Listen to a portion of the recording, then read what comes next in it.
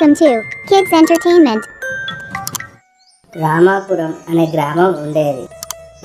ఆ గ్రామంలో రామ్ ఇంకా ప్రసాద్ అనే ఇద్దరు కవల పిల్లలు ఉండేవారు. అందరికీ సాయం చేస్తూ రామ్ ఇంకా ప్రసాద్ తమ తల్లిదండ్రులతో సంతోషంగా ఉండేవారు. రామ్ ప్రసాద్లకు ఊరు వెళ్ళడం అంటే చాలా ఇష్టం. అలా ఒకరోజు రామ్ ప్రసాద్ వాళ్ళ స్కూల్స్ హాలిడేస్ వచ్చాయని వాళ్ళ అమ్మమ్మ వాళ్ళ ఊరికి తీసుకువెళ్ళమని, అమ్మా నాన్న మాకు స్కూల్స్ హాలిడేస్ కాబట్టి మమ్మల్ని అమ్మమ్మ వాళ్ళ ఇంటికి తీసుకువెళ్ళండి, మేము ఊరు వెళ్ళాలి అని అడుగుతారు. అప్పుడు వాళ్ళ అమ్మ నాన్న సరే వెళ్దాం అని అంటారు. రామ్ ప్రసాద్లు వాళ్ళ అమ్మ నాన్నలతో కలిసి ఊరికి వెళ్ళడానికి బయలుదేరుతారు. వాళ్ళు బస్లో ఊరికి వెళ్తున్నప్పుడు దారిలో వారికి ఒక యాక్సిడెంట్ అవుతుంది. ఆ యాక్సిడెంట్ జరిగిన కొన్ని రోజుల తర్వాత రామ్ ఇంట్లో మంచం మీద కళ్ళు తెరుస్తాడు.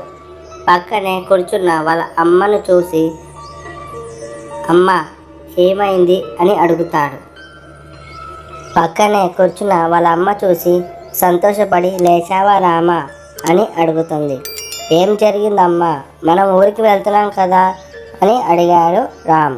అప్పుడు వాళ్ళ అమ్మ, మనం ఊరికి వెళ్ళే దారిలో మన బస్కి యాక్సిడెంట్ అయింది నాన్న, మనం ఆ యాక్సిడెంట్లో తప్పించుకోవడం కానీ మన ప్రసాద్ చనిపోయాడు అని బాధపడుతూ చెప్తుంది. ఆ విషయం విని రామ్ చాలా బాధపడతాడు. ఇంకా అన్నం తినకుండా ఎప్పుడు ప్రసాద్ని తలుచుకుంటూ అలానే ఉంటాడు.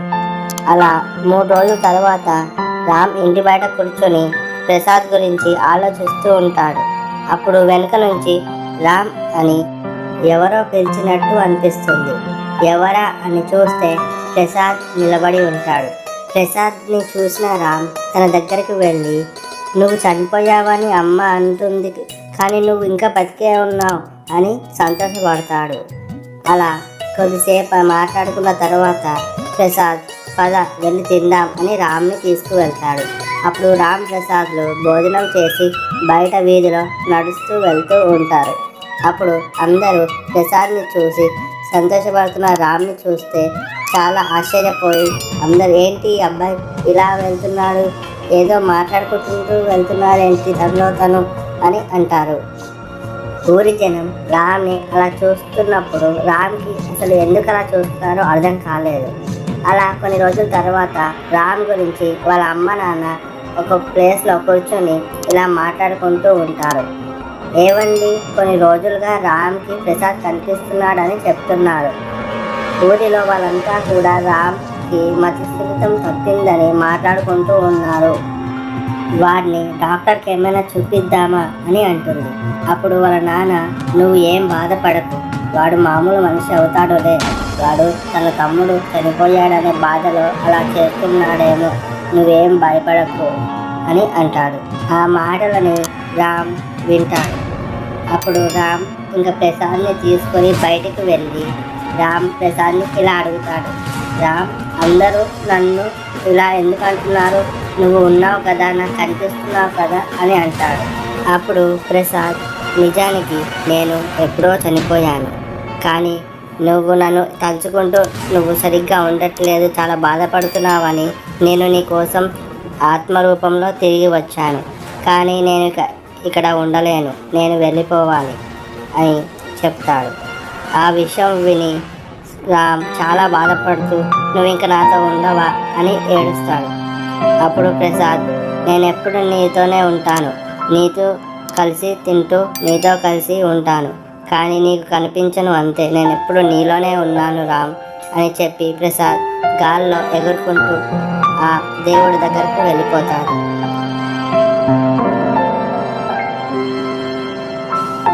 ప్రసాద్ ఆ దేవుడి దగ్గరికి వెళ్ళిపోయిన తర్వాత రామ్ ఇలా అర్థం చేసుకుంటాడు.